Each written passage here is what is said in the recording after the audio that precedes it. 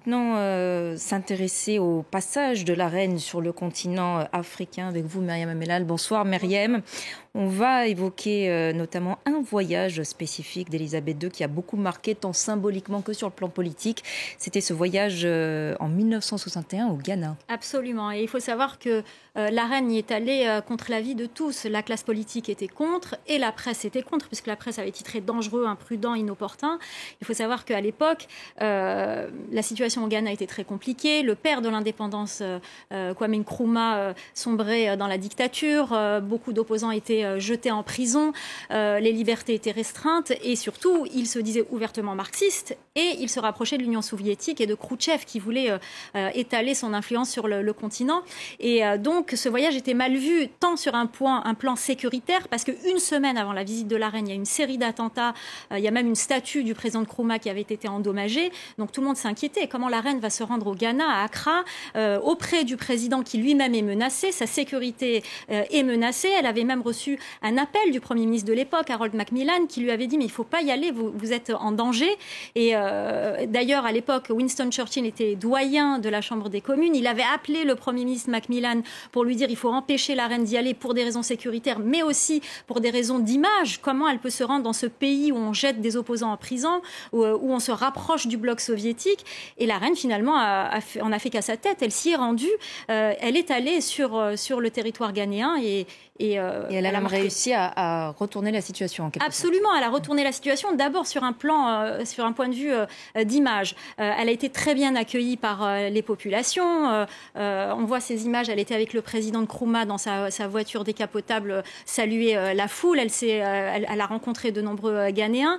Et surtout, il y a eu cette image qui a marqué, c'est le bal d'Accra où elle a dansé avec le président Nkrumah. Alors aujourd'hui, ça paraît banal cette image, je ne sais pas si on va pouvoir la voir. Une femme blanche qui danse avec un homme noir et qui plus est une souveraine d'un empire qui danse avec un de ses anciens sujets d'une colonie. Mais à l'époque, je peux vous dire que c'était très très fort. C'était une image très symbolique et très forte. Juste pour vous rappeler, aux États-Unis, sur les 50 États, 30 interdisaient les mariages entre noirs et blancs. Donc l'image était forte, elle était vraiment avant-gardiste.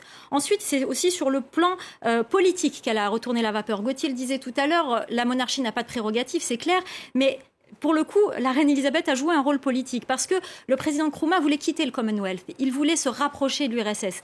Sa visite, la visite d'Elisabeth II, n'a pas empêché le rapprochement, mais elle a empêché la rupture totale. Il faut dire que la reine Elisabeth ne s'est pas gênée d'aller rendre visite au fils d'un opposant qui était en prison, ce qui n'a pas plu au président Nkrumah, mais elle a réussi quand même à le séduire, à le maintenir dans le Commonwealth. Il avait même déclaré le vent du changement qui souffle sur l'Afrique est devenu un ouragan, quels que soient les effets de ce souffle de l'histoire, l'estime et l'affection personnelle que nous avons pour votre majesté resteront inchangées. Donc elle a réussi quand même à le garder dans son camp, et puis elle a joué un rôle politique parce que elle a réussi à convaincre par ce voyage les États-Unis à continuer à financer le Ghana et à financer notamment un des projets phares du président Nkrumah, un projet hydraulique avec le barrage Volta.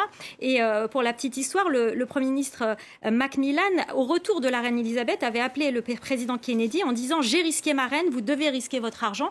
Et c'est comme ça que les États-Unis ont financé ce projet, et ça a empêché justement le fait que ça a empêché la rupture avec le Commonwealth et ça a permis de maintenir ce lien aussi avec les États-Unis, entre le Ghana et les États-Unis. Juste pour vous dire aussi, vous parliez des réactions, eh bien, le président Nana Akufo-Addo a réagi sur Twitter.